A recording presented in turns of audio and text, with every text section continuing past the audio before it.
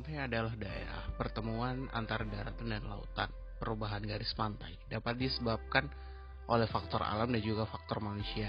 Faktor alam antara lain arus, gelombang, aksi angin, sedimentasi, sungai, kondisi tumbuhan pantai, serta aktivitas tektonik dan vulkanik.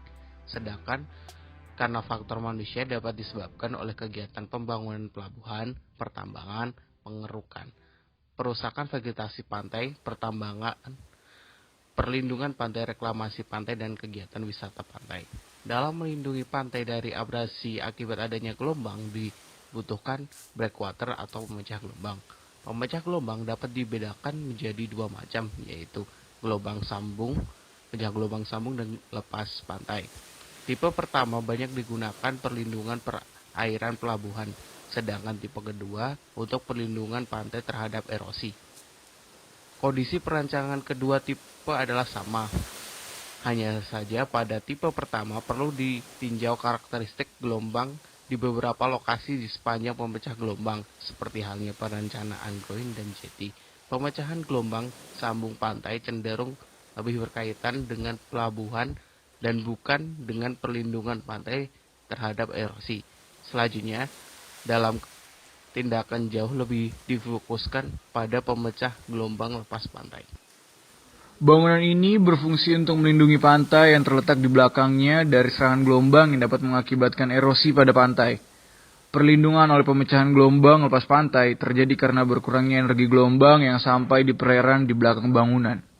Karena pemecah gelombang ini dibuat terpisah ke arah lepas pantai, tetapi masih dalam zona gelombang pecah atau breaking zone. Maka bagian sisi luar pemecah gelombang memberikan perlindungan dengan meredam energi gelombang, sehingga gelombang dan arus di belakangnya dapat dikurangi. Gelombang yang menjalar mengenai suatu bangunan peredam gelombang, sebagian energinya akan dipantulkan, refleksi, sebagian diteruskan, transmisi, dan sebagian dihancurkan, disipasi melalui pecahnya gelombang, kekentalan fluida, gesekan dasar, dan lain-lain.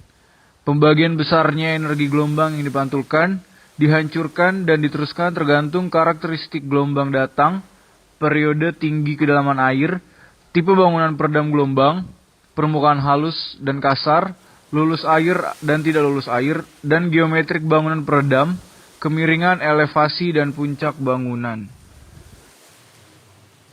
Berkurangnya energi gelombang di daerah terlindung akan mengurangi pengiriman sedimen di daerah tersebut.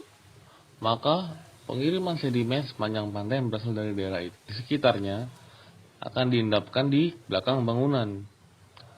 Pantai di belakang struktur akan stabil dengan terbentuknya endapan sedimen tersebut.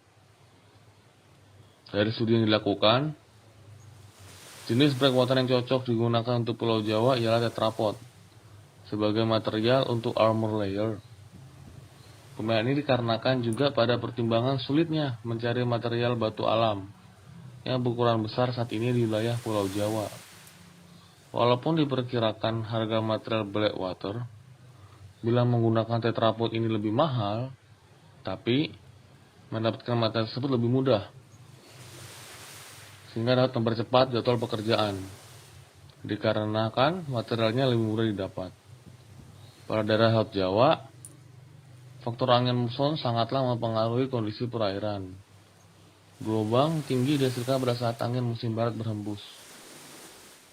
Oleh karena itu, dalam perancangan breakwater sebaiknya menghadap ke arah timur laut. Hal itu dikarenakan breakwater akan lebih efektif apabila breakwater membentuk sudut 90 derajat terhadap arah gelombang datang. Gelombang tinggi kebanyakan datang pada musim barat dari arah barat daya. Pembangunan breakwater membutuhkan biaya sebesar 350.358.646.000 untuk seluruh pekerjaan breakwater sepanjang 937 meter.